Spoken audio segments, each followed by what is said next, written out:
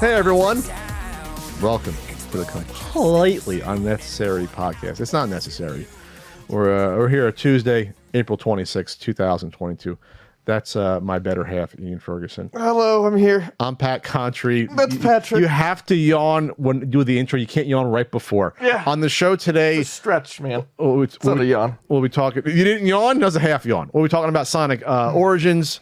We're talking about Netflix issues, a Final Fantasy VI statue, WADA Games releasing population reports, and more. We did an exclusive creepy podcast at patreon.com/CU podcast real quick about a brain tumor cluster based off people that went to a high school in New Jersey. Really creepy. Check it out. It's our Chilluminati-esque episode, because I was on the Chilluminati podcast this past weekend with our pal Alex, Jesse Cox, and Mike. They do a great sort of creepy-ish, paranormal, like just and weird story podcast. I bet that was fun. Oh, it's fantastic. Yeah, that was probably a really good time. I got to ramble about my ghost stories. So when they do that, it's kind of like, I think Alex was describing it to me like, Alex is kind of whatever. One of them's kind of like pro-ghost stories and thinks they're real, and the other one is like a skeptic who doesn't believe anything. Jesse's more the skeptic. Right. Mike is more everything's aliens. And Alex is more like open to it. I see. And jiving with it, and probably believes in some of it because he's more open to like just. He goes with the flow. Yes, as Alex does in general. So you got to hear about all the ghost stories that Ian used to hand wave when I bring them up on the podcast. All those. It was much more receptive audience there that I enjoyed. So check it out. It's the Chilluminati podcast. It's a bigger podcast than ours, so you might be aware of them, but they're good folks there. And the first time I ever just a little bit bigger. It's like double the size. They told me the numbers. No, I mean it's huge. It's massive. But I heard the numbers, and it's like, we're not a small podcast ourselves, but it's big.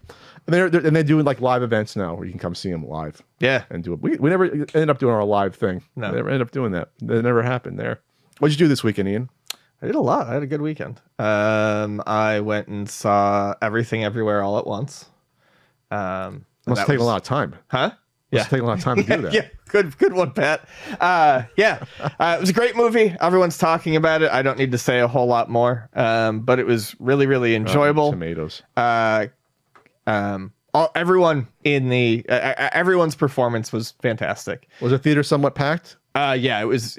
Can we support non-genre films again? Can we do this? I think we can. So that was one of the more interesting things. Our friend asked us, he was like, hey, I want to go see this movie. Do you guys have any interest in it? I'm like, everyone says it's good. I don't really know anything about it, but yeah, I'll go see it.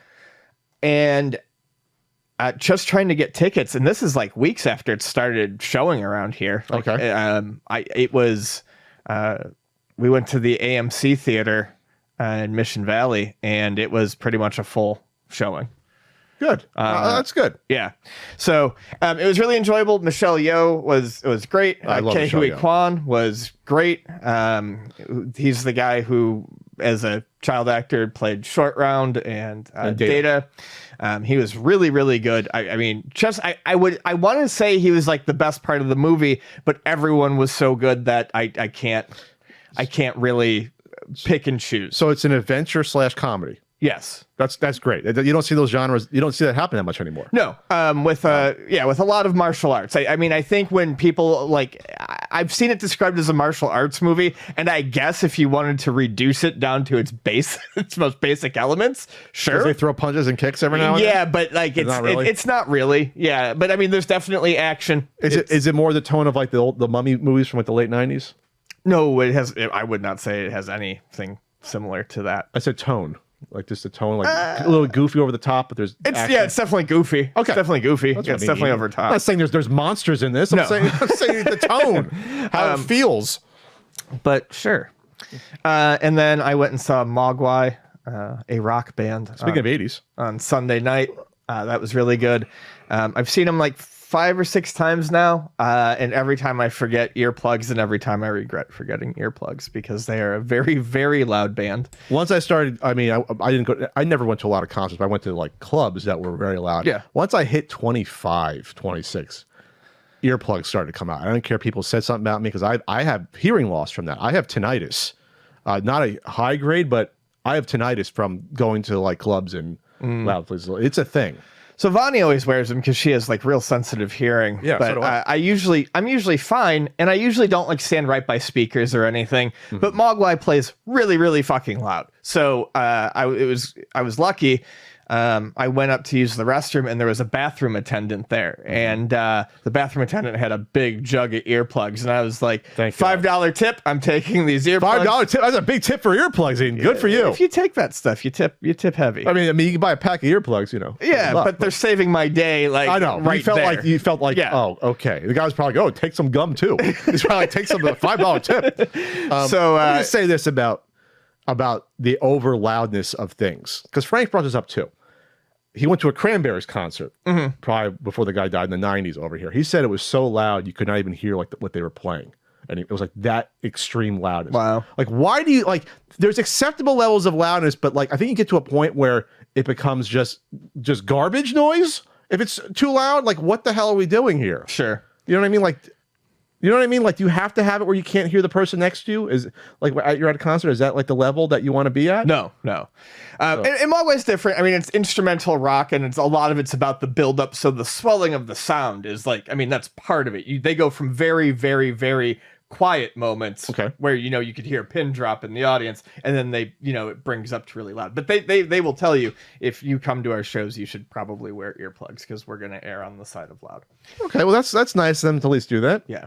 And then lastly, have you ever lost your hearing before? For a time, I have. Yes, I did. You know how awful that is to feel like your hearing's are going to come back? Like, it's all muffled the next day and a half. You can't hear anything. Oh, it was terrifying. Yeah, it's terrifying. You don't know if it's just permanent.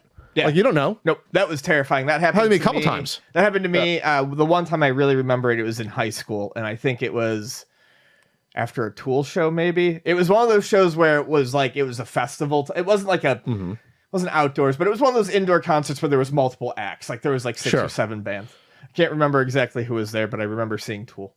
And the next day, like my left ear was just fucking shot. And I was just like, the left? What's going? Yeah, like I could hear out of my right, but that's what scared me. My left ear was just like, and then the next day it came back, and I was like, yeah. But it never ever comes back 100%. It's hearing loss. Right. So for me, the worst time it happened that I remember being concerned was I went to a New Year's thing where you pay like whatever, $70, you get food and you get like open bar. And the bass was so fucking, I remember you had to like scream to hear the person next to you. I woke up the next morning and I couldn't hear. It was like, right. And I was like, this is not good. Nope. This is not fucking good. And that point over, I was like, I got to do earplugs. Yeah. There's probably been times that we've gone to things where it was probably subtle. But like something that we wake up and right. I was like, what the fuck? So I think I'm going to look into like a nice pair of like concert going earplugs. They make earplugs that, you know, I mean, the little ones will be fine. That'll help drown out most of it. The ones you wear on an airplane. There are ones that specifically try to like mute out certain registers. Oh, okay. So It'll be clearer. It's a little bit clearer without being overbearing. Yeah. I used to wear them on flights. I don't wear as much anymore. Actually, no, I wear the sound muffling headphones with the button on them, you know? I wear that on planes. Yeah. So it brings it down to like a low roar. The noise canceling. Yeah, the noise canceling. Those are brilliant noise canceling headphones, are fantastic for that. I got to bring up real quick. Last thing I did this weekend was I read a fantastic book. Vani got it for me. It's called Pinball, A Graphic History of the Silver Ball by John Chad. It's a concise, very nice looking, slim volume about this big.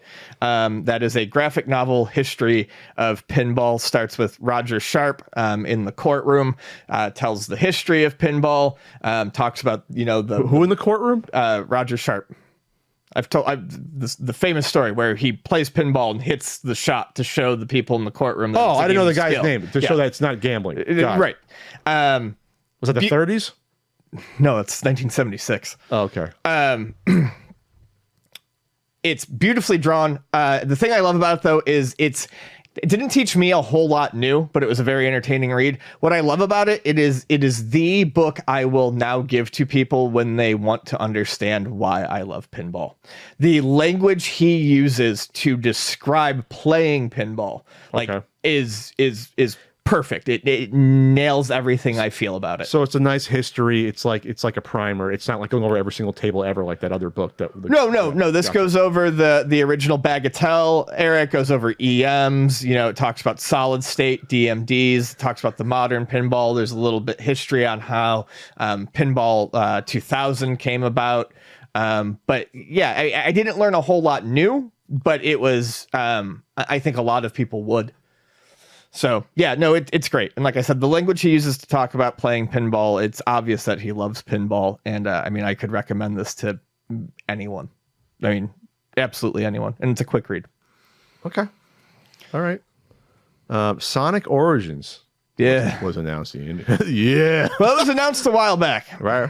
It was announced a while back, and I was pretty excited about it. It's going to be a new collection, basically, another collection of Sonic 1, Sonic 2, Sonic 3, and Knuckles, which hasn't been officially available, I think, in a digital format since 2011 or 2012.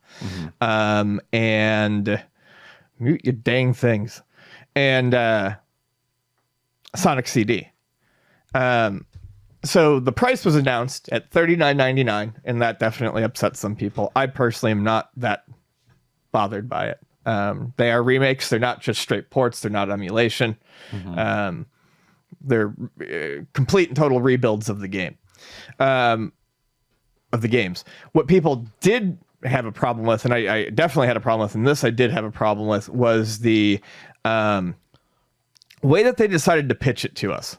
So we've made fun of things like this on the podcast before, where people like EA, when they announced Anthem was the popular one, and there was this fucking chart like this big with check marks all over it about when you could play it and it's what various editions got 8 rows, 7 columns. You're like, what am I looking at here? Right. You can get the EA subscription and play this part of the game, or you can pre-order and get this part of the. It's like, what am I looking at?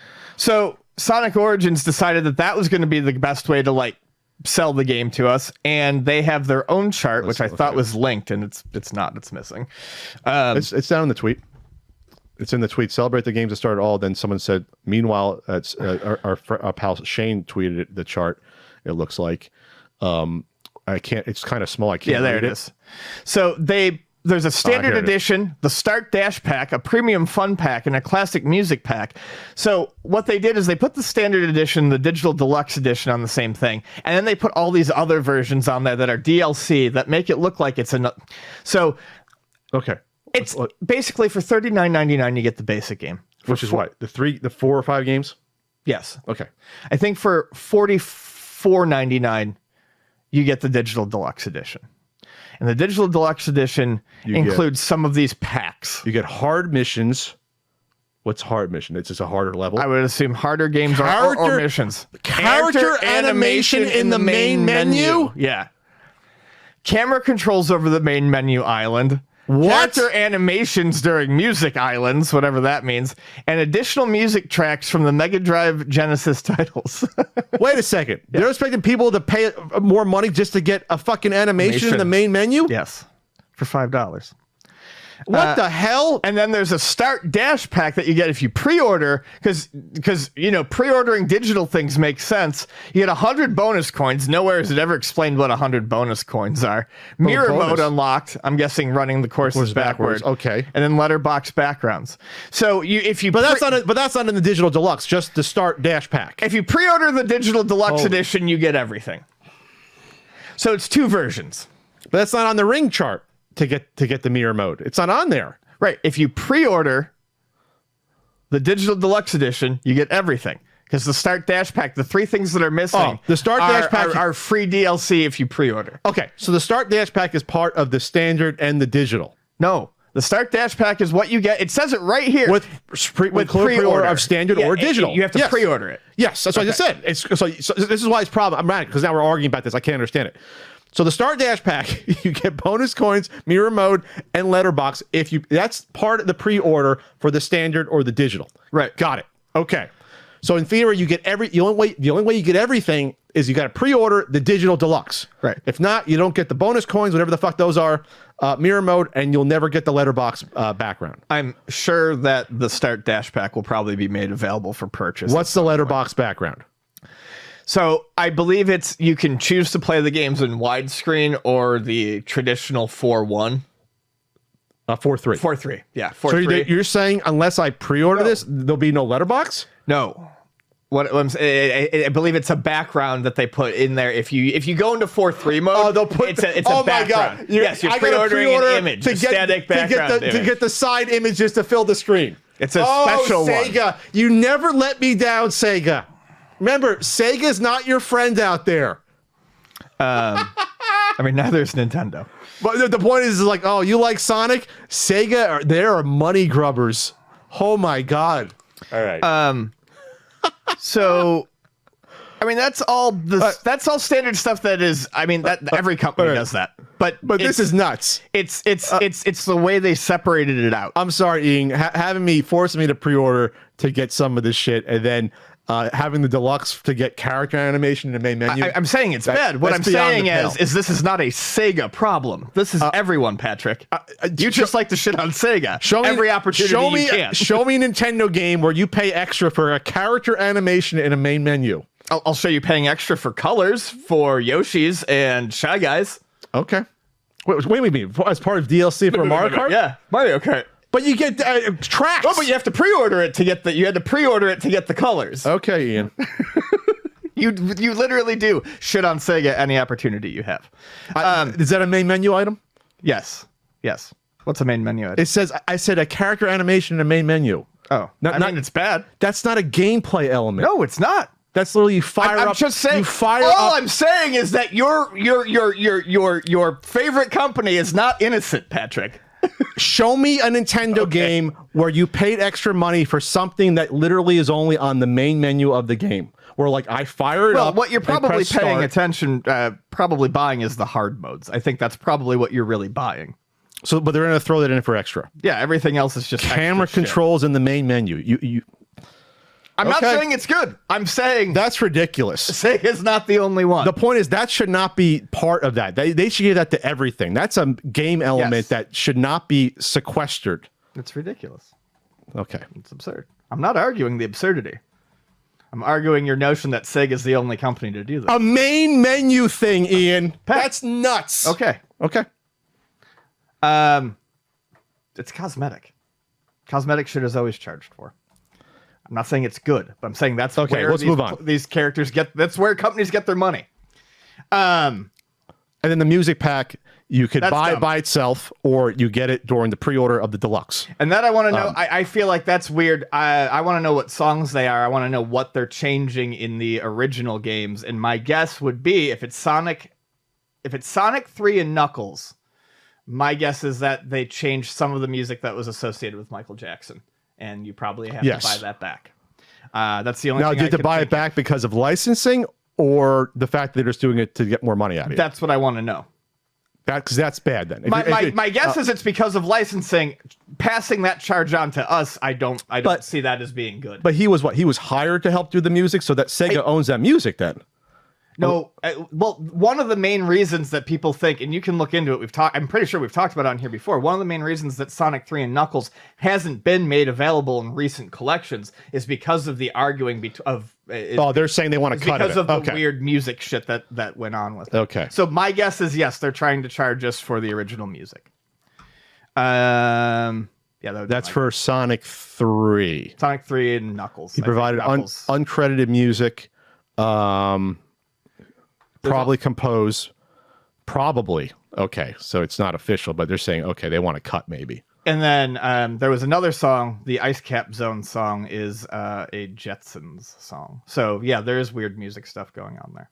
Okay, so this is weird, but all right. Not the worst part, though. Oh, not the worst. Here we go. The worst part for me is the fact that Sega is delisting pretty much every other version of Sonic 1, 2, 3, and CD that they've put out there. The racists. Whoops, wrong one. Sorry about that.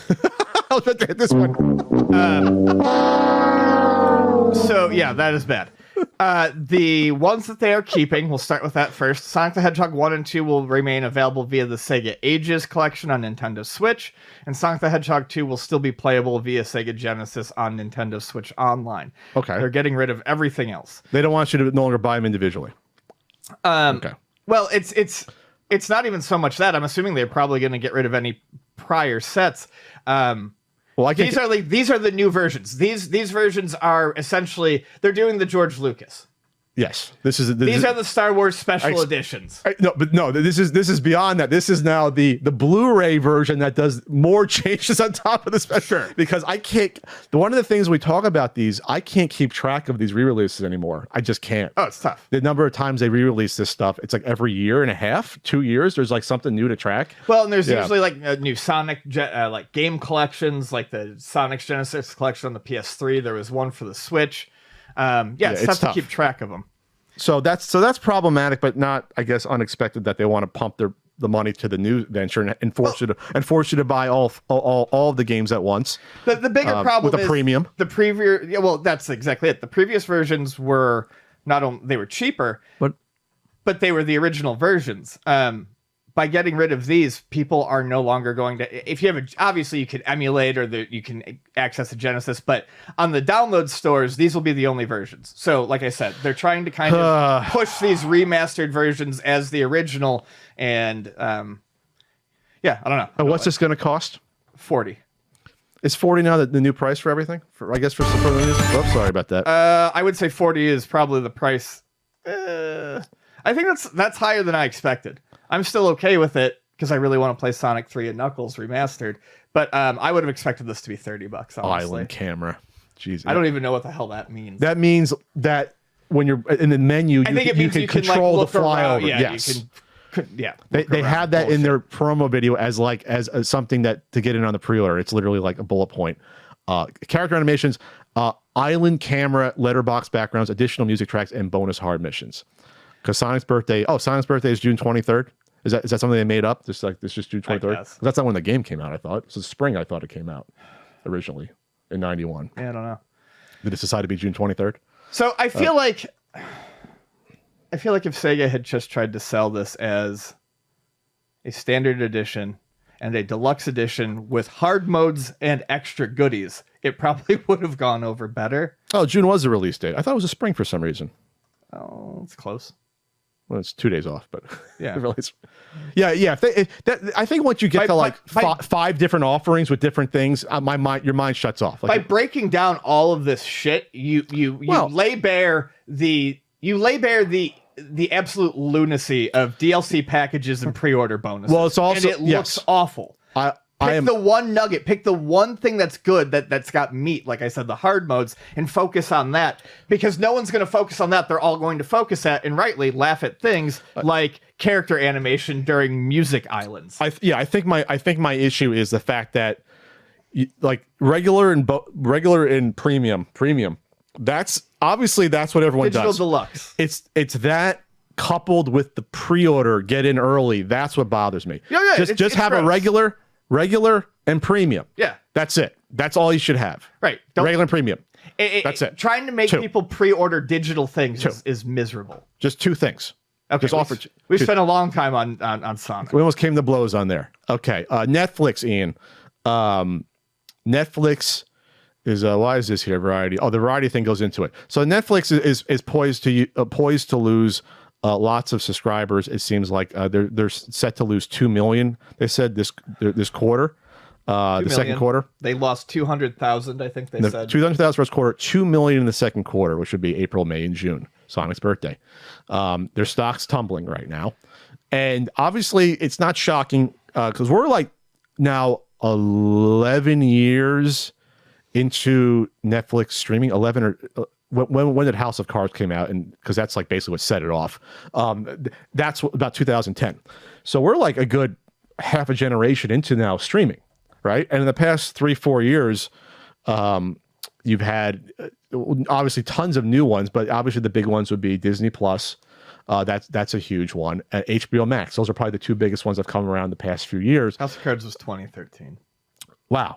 Okay, so I think that it started 2012. I think it was Orange is the New Black and the House of Cards was like running. Okay, yeah, Orange is the New Black. So we're talking like 10 years of Netflix streaming being like a thing that people knew about. Because that's how I discovered, House of Cards looks good. I'm going to get Netflix streaming. And that's how a lot of people transition from DVD. So we're 10 years in, lots more competition. There's now too many because you have the CBS thing, you have Paramount Plus, you got every channel, Peacock, which is the worst name ever. You have all these different ones for every channel, and it's just too much. So there's going to be casualties in the streaming war. Obviously, Quibi tried to do their own thing and failed horribly and lost billions of dollars. So I don't hate Peacock. Tubi is the one that I hate. I hate the name Tubi. I thought Tubi is like a repository. They have their own content. Oh, I don't know. Maybe it's just. And I always forget the name is awful. And I always forget about Apple TV. I always forget about that being a streaming service because it seems like that's like not really advertised that much. But then you realize, there's like all these great movies that should have come out in theaters. There's that Tom Hanks World War II movie that I don't know about. Like there's all these things that happen. So you have all these choices.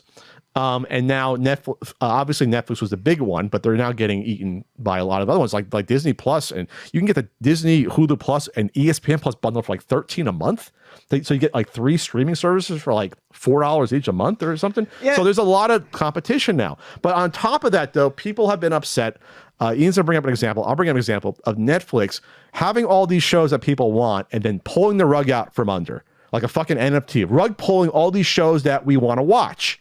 And so I don't watch Netflix that much anymore. I watch it for crime documentaries and like one-off things. I don't watch it for the Rock's movies or the Ryan Reynolds movies or the big stuff like that. I want to see interesting shows.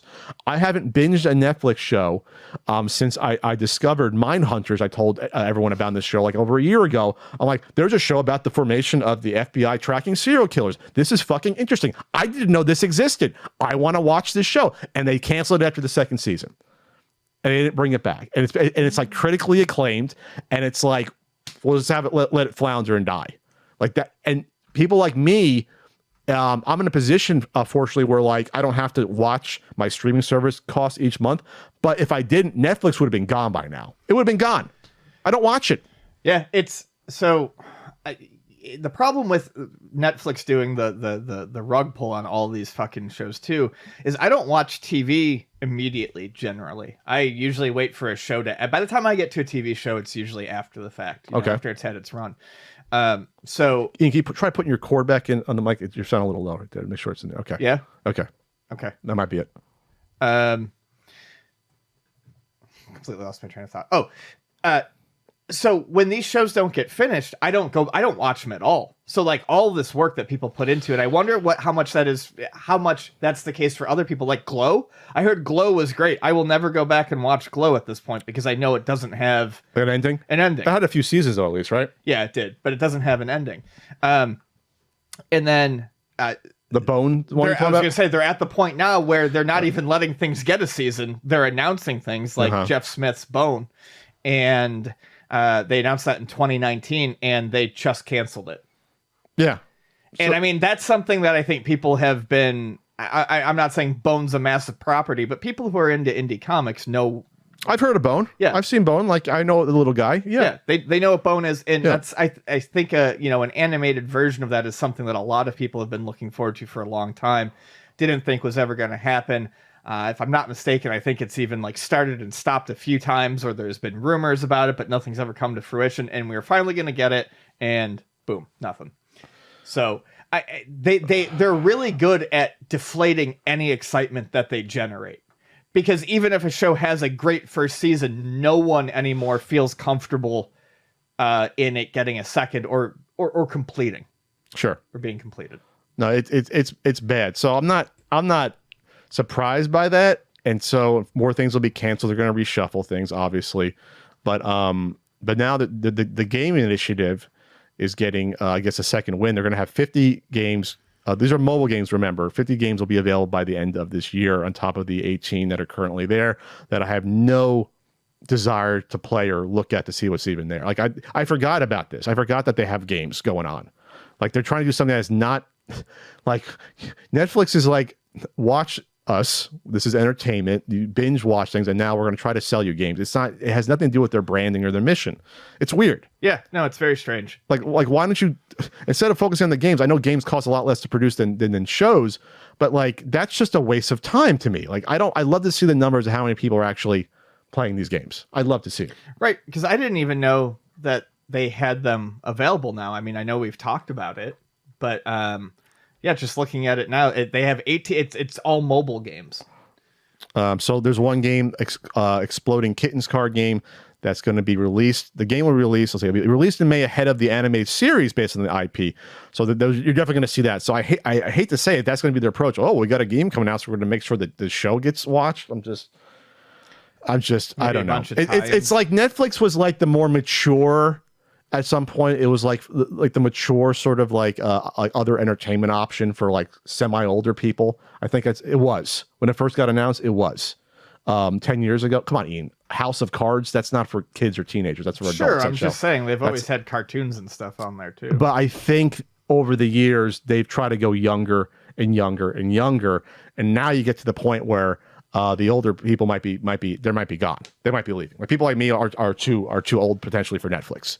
I don't know. I don't think it's. I think they spend a lot of money on stuff that they're not known for. I think you can have the old and the young. They've done a bunch of cartoons that were hugely popular. They've done a bunch of adult dramas that were hugely popular. I think those can coexist. Their problem is they're wasting money on shit that I don't think people want, and I don't think anyone really needs Netflix to be a movie house. Well, that's a problem too. Those movies cost a ton of money. And they don't need to do things like spend $30 million per episode on Stranger Things. When you told me that, and I saw the numbers on that, I thought it was a joke. I'm like, 30 million? I'm like, obviously that can't be for the whole season of like whatever, 8-10 episodes. But when you have a show costing like it was 250 million for this new season, whatever it is, it's like 8-9 episodes. I'm just thinking like that could have been 5 other smaller series. Yes, like a series like Mindhunters. It looks great, but like that ain't costing 10 million an episode. It ain't costing 5 million an episode to do that show. Right. So what is going on here? Like what? Like just to compare, Mandalorian, a Star Wars show costs 15 million, so half the cost per episode. Yeah. So like what is money being spent on there? Like what is the bloat happening at Netflix? And then, of course, they do their big deals with Ryan Reynolds getting all the movies and The Rock, and the Adam Sandler gets his eight picture deal and stuff like that. And you throw thousands and you throw shitloads of money at these comedians for fucking awful stand-up specials. I don't think it's a perception of maturity. I think it's absolutely they try. Netflix for the longest time early on was the only option. Yes. And it was always, you had Netflix and something else. Or Netflix and cable. But now the something else's have overtaken Netflix, or they're offering more, or they're more focused on what they offer. Whereas Netflix is trying to do a whole bunch of everything. It's just bad. Speaking of bad, this Final Fantasy VI statue, Ian. Jesus Christ. So real quick. We're just railing on everything in this intro. Yes. There's a Masterline Final Fantasy VI statue coming out. It's going to cost $11,500. Huh? That is way too much for a fucking statue. However, I will point out that some people, I think, have the size of this thing in their head wrong. This is a 1/6 scale. That does not mean that this whole statue is going to be a foot. That means it's a 1/6 scale. So Terra is going to be 1/6 scale. This is probably going to be a 3.5 foot tall statue. 4 foot tall statue. Still a lot of money to shell out. That's still an insane amount of money to shell out, and more than these should cost. I mean, honestly, I would have guessed maybe $4,000, $5,000. I've seen. So yay big. This is going to be about probably about like that. Okay, is my guess. I've seen statues this tall though that go for $1,000 to $5,000. Like, really? Obviously, your detail is going to be different. These are the type and the detail is like insane in this, but $12,000 is unreal. A nice used car. Yeah, it's crazy. But some people will pay for it. Some people will be like, this is too much. I mean, you really got to love Final Fantasy VI, I guess. You know, it's never too much. What is? The prices at ultimatenintendo.com. That's right, Ian. You don't. There's no pre-order bonuses either. Like with the Sonic thing, you can just order and get RBI baseball stickers and enamel pins. The limited T-shirt. We sold a couple of shirts the past week. We have one Yoshi print left. All money goes to fantastic FX artist and print by Yoshi. It's not a print of. It's not print of Yoshi. It's Major Combat. Yeah. Yoshi could grill a mean Korean barbecue as well. We hang out with them every once in a while. One print left, and then obviously the great books here There'll be a third one at some point in the future. Maybe not this year. We'll talk about that in the future. Pins? Did you talk about pins? I did talk about the pins. UltimateNintendo.com. And I'll be on Twitch Wednesday, twitch.tv/ContriCode, cameo.com/PatContri for all your well-wishing Mother's Day needs. And then when is Mother's Day? It's like 3 weeks. The 11th or so. Okay. It's usually around my birthday. And then Midwest Gaming Classic, I'll be there this weekend in Milwaukee, Wisconsin, with my confirmed roommate, Norm, the gaming historian, and others there this weekend, Midwest Gaming Classic. Real quick, Tony from Alabama, I brought up last week. He wanted me to sign something that was in the back of my trunk since 2018. Tony got in touch with me. Happened to be at the same exact address, which is funny. And then I confirmed their identity and then shipped them a signed book as well as got them the stuff back. So everything's cool with Tony there. That's good. That's fantastic. And then we got to do a quick shout out to where's my letter? I said letter. This is Brent. Brent-tech.com sent us some goodies. Oh, all sorts of cool stuff. Sells analog pocket docks. Ian got a white one. I got a black one. Protective cases. And sent us goodies from Jersey. All sorts of goodies. Like Seaside Heights saltwater taffy. This is the one you'd buy on the boardwalk. Gonna go home and give me a cavity. Seaside Heights, that's the OG right there. And other goods, and like good old, you don't know how good Utz chips are if you're not from the East Coast. Utz are fantastic. They're delicious. Utz pretzels and chips. So thank you. Brent-tech.com right there. And also a fan of the Unsolved Mysteries. Aren't we all there? What's next on the docket here? In a litany of bad decisions that Sony has been making via their Spider-Man properties the past, I don't know, 10 years since the Andrew Garfield movies. It's not bad enough that we had a Morbius movie that was awful and that people saw no one saw it after the first weekend. It's not bad enough that they're now in production with the Kraven the Hunter movie that no one will see, and then a Madam Web movie that no one will see on top of that. They are doubling and tripling down on this shit. They are quadrupling down with El Muerto. El Muerto! Bad Buddy, pop star, yeah. I recognize him from Narcos Mexico. He's extremely popular down here in San Diego. He's always over at the Sports Arena. Oh, he's always performing there? Yeah, he's got shows going on. So an El Muerto movie.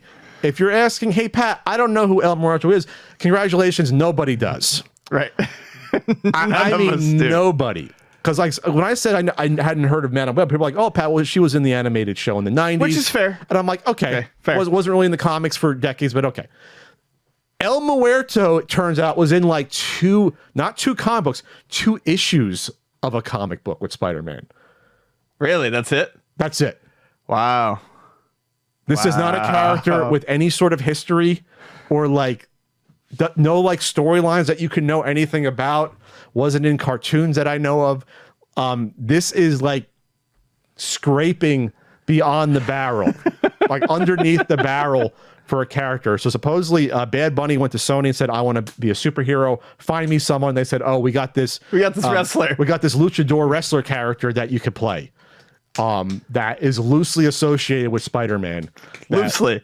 Like, and we're going to make an entire fucking movie out of it. Does this superhero have a fucking Wikipedia?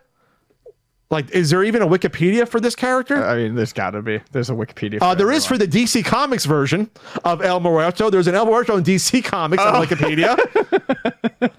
Nothing about Marvel. So isn't that interesting? Yeah, I mean, I guess. I mean, ask Bonnie. If Bonnie's that's the litany test. Has Bonnie heard of this character? Yeah, I will have to ask her. I'm sure she's getting questions about it all day today. There is a Marvel.com page for the character. Hazel eyes and black hair. And then there's like one picture, which is the one picture you can find of him putting Spider-Man in a chin lock in the wrestling ring. And then there is, I can't even find like what issue the first appearance was. This looks like a comic from the past 10 years or so, maybe 12 years. And it's ridiculous. It's ridiculous. Like the biography is probably like that's the issue the character was in, or like 2-part. Yeah, like that, and he's from 2006.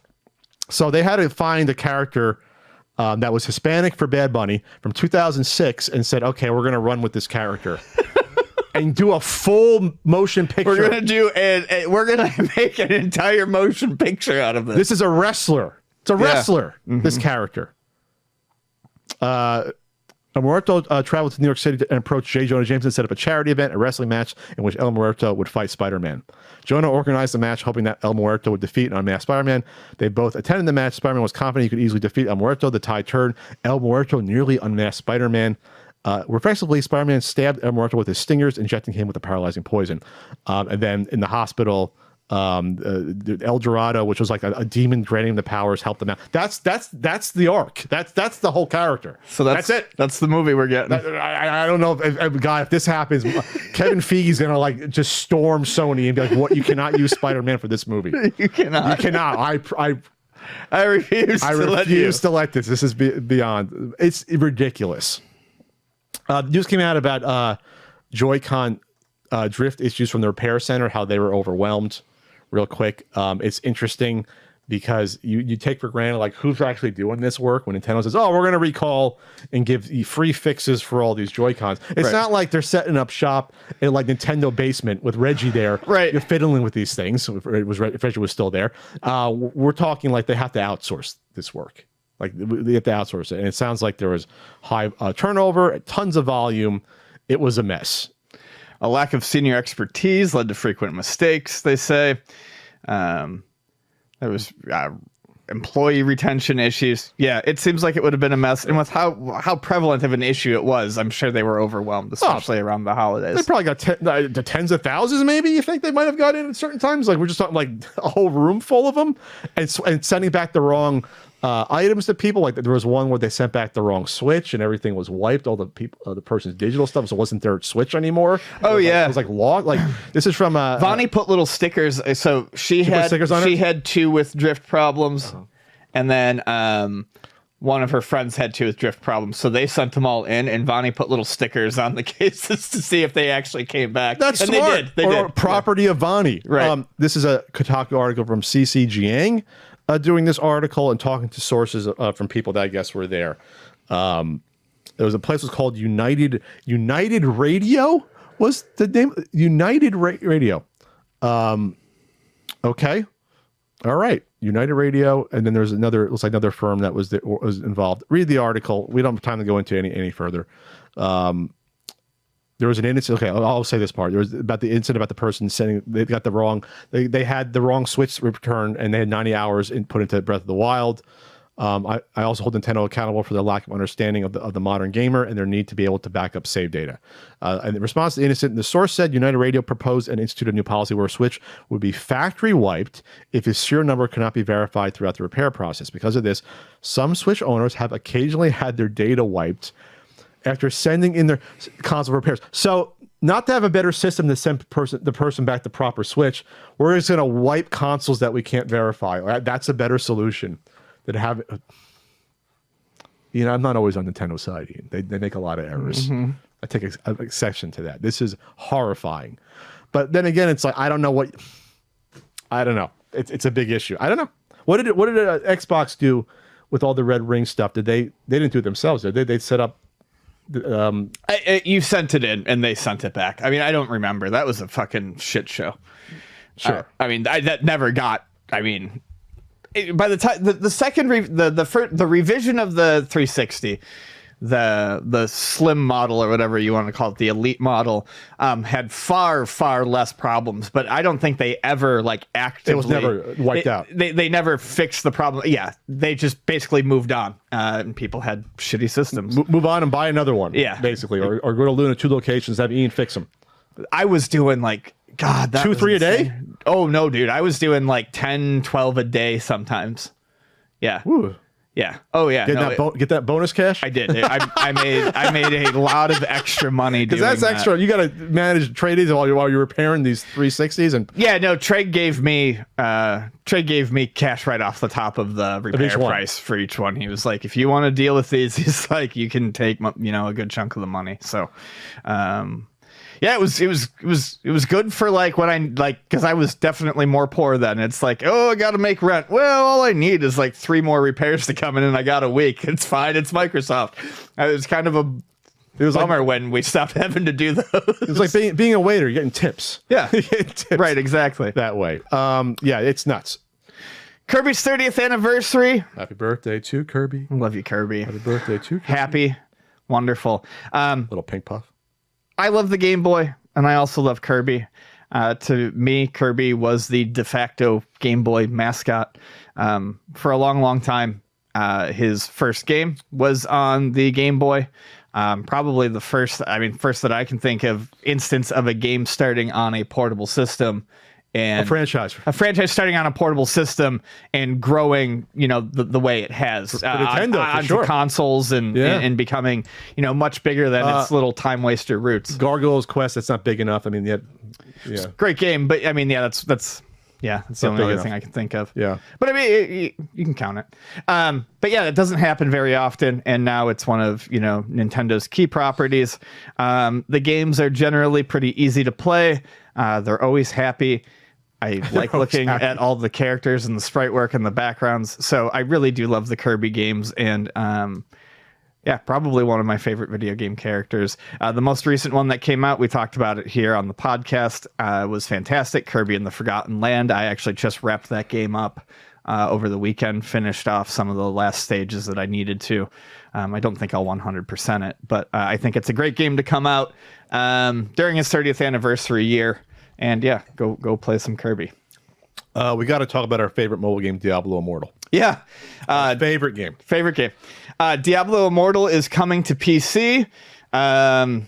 This is the Kotaku article from Zach Zweisen. Diablo Immortal is hitting PC because players would just emulate it anyway. And that's not snark. That's literally what Blizzard has said. So I think we took that for granted and we covered this. We should have hit upon that. We probably did, either we didn't know or didn't think it was a big deal. Is that any Android app you can download an emulator on your desktop. You log into your Google Play account and you can download and play those games. You can do that. BlueStacks is the big one. That's the big one. I have that one. BlueStacks is the big Android emulator. So, because any mobile game can be played on a PC as long as you just download something like that. Sure, it's just a matter of whether or not the experience is going to be good. So that's basically what happened here with the PC port. Blizzard, because Diablo is so big, they knew that people would be downloading it and trying to play it on the PC anyway. So sure. If people were going to download it and play it on the PC anyway, because that's the type of game that Diablo is to a lot of people, they figured why not go ahead and make a PC version. So they've done their own in-house PC version that, therefore, so things like mouse control, everything is going to make sense. Sure. You're not hacking a control scheme on top of an Android game. You're, actually playing something that was meant for the PC. I still personally don't think this is going to be any good.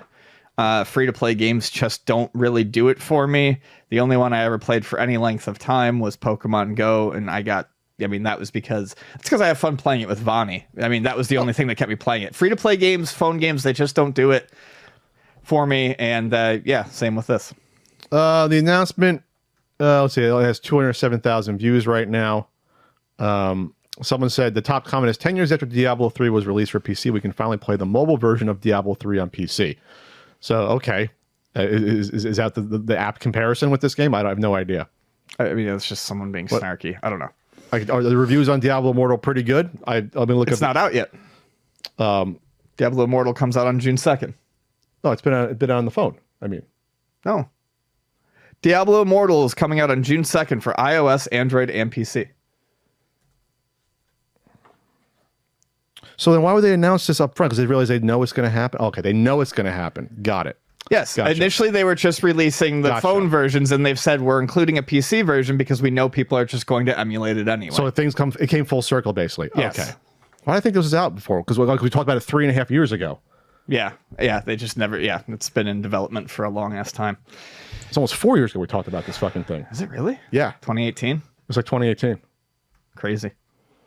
Well, that's interesting. Is that when we end the podcast when this comes out? Yeah. That'll be the app. We're going to end it in a month and a half when Diablo Immortal comes out here. I was ready to look up the Google Play score to see if it was out. And be like, oh, is it 4.5? Is it 4 stars? What is it? So they're going to anticipate it. Well, the thing about we close this up is that this mobile games has come obviously a long way the past 10, 12 years. Sure. Some of these games look beautiful. They're never going to be what it is on a PC, but they're going to be acceptable to a lot of people. And I think as long as you get the art style right on a lot of this stuff, I think it'll be fine. You can sort of like fudge it with art style. Look fine. I mean, the problem is going to be the free-to-play mechanics and how badly they... How bad is it? How badly they drain players. What's the recharge rate or whatever it is? What's like in Raid Shadow Legends, you get energy. And then if you get to a point, you build up your experience. I think you get more energy like each day to use. And like you probably won't run out unless you're playing like 8 hours a day. If you play like an hour a day, you probably won't run out. I guess it depends on like like how quickly you go through. Yeah, I'm interested in seeing what they monetize on this. It'll probably be something like that, I would guess. Right, like the time or energy you use and things like that. But all right, well there you go, Ian. We'll talk about it again in another 4 years when it comes to Switch, Diablo Immortal. Yeah, Diablo Immortal, the Switch version.